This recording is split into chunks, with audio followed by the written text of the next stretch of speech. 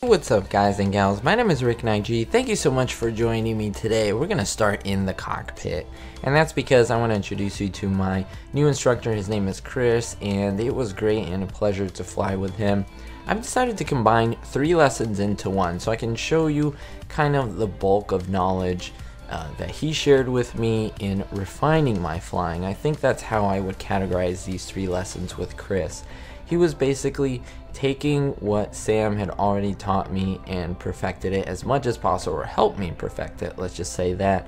And these are all things that I wanted to do. I wanted to improve my stalls, I wanted to improve my landings, I wanted just to be, of course, the best and the safest pilot that I could be myself.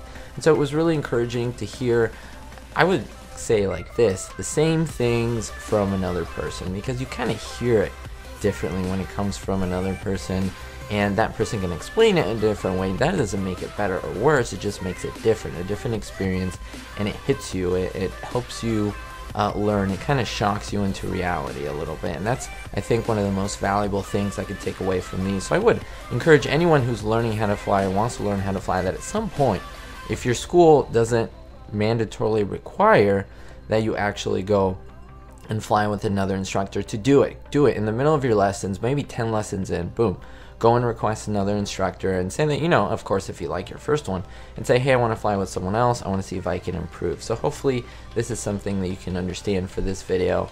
Now, I was proud to say that Chris was fairly impressed with my patterns, and that was really great to hear. Of course, there were little corrections here and there that I had to do, but that's all part of the process. He also gave me some more tips about adverse yaw and what to do with the pedals when turning, just to improve how I fly and make it more smooth, make it more pleasurable in the future when I take other passengers and so forth. So it was really great to hear that knowledge, and like I said, he was focusing on different things that he noticed as opposed to Sam, my original instructor, and so it was great. It was great to improve in a certain area, and then to see my knowledge from before and learn little things that just help so much in the long run. Now, if you notice here, there was no landing. We completely started the climb and did not land on the runway. That is called the go around.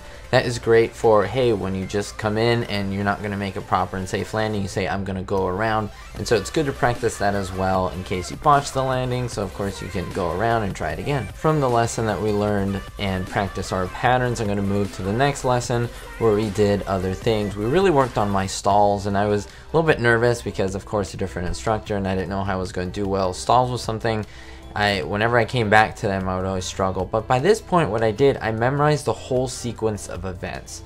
From the beginning, what's the first thing that you do when you begin a stall, all the way to the end, how do you get out of a stall? And it's, of course, the same thing. What's important to note about stalls that I didn't really realize and put 2 and 2 together, of course this is something that an experienced pilot will already know, but something that I noticed is that a power on stall basically simulates a takeoff that goes wrong and how to basically recover from that safely.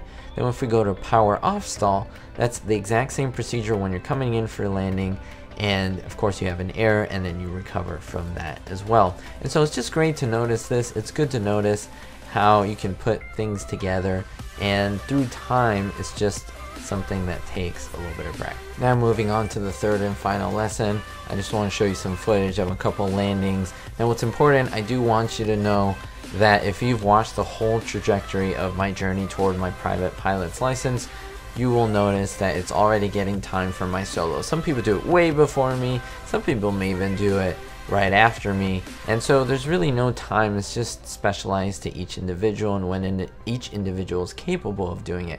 So I already have my solo flight, the flight where I will fly in a plane by myself with my instructor on the ground watching me, again, all by myself for the first time ever. It's a little nerve-wracking. It's already scheduled, I already bought the insurance, I already have my temporary permit or my temporary certificate. And I'm excited. I really would love you to join me and to watch that video when that comes out, because that is going to be a big one. I might make several videos on that, so please stay tuned. I do appreciate your support on this as always. Ooh, I'm very proud of that landing. That's very good.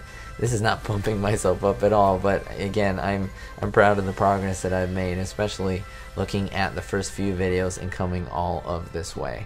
And now I said this to both instructors, both to Sam and to Chris, that I think I have a worse time trying to put this plane back by pushing it back into its parking spot than actually flying. It's so much easier to fly the plane than actually push it back with the front wheel swiveling like that and trying to figure out which direction it's going. So I want to tell you, there's always little things and little struggles here and there, but of course it should not let you down. I hope that this series really serves a way to show you how anyone, just someone who had an interest in flying, can do it through struggles, through frustrations.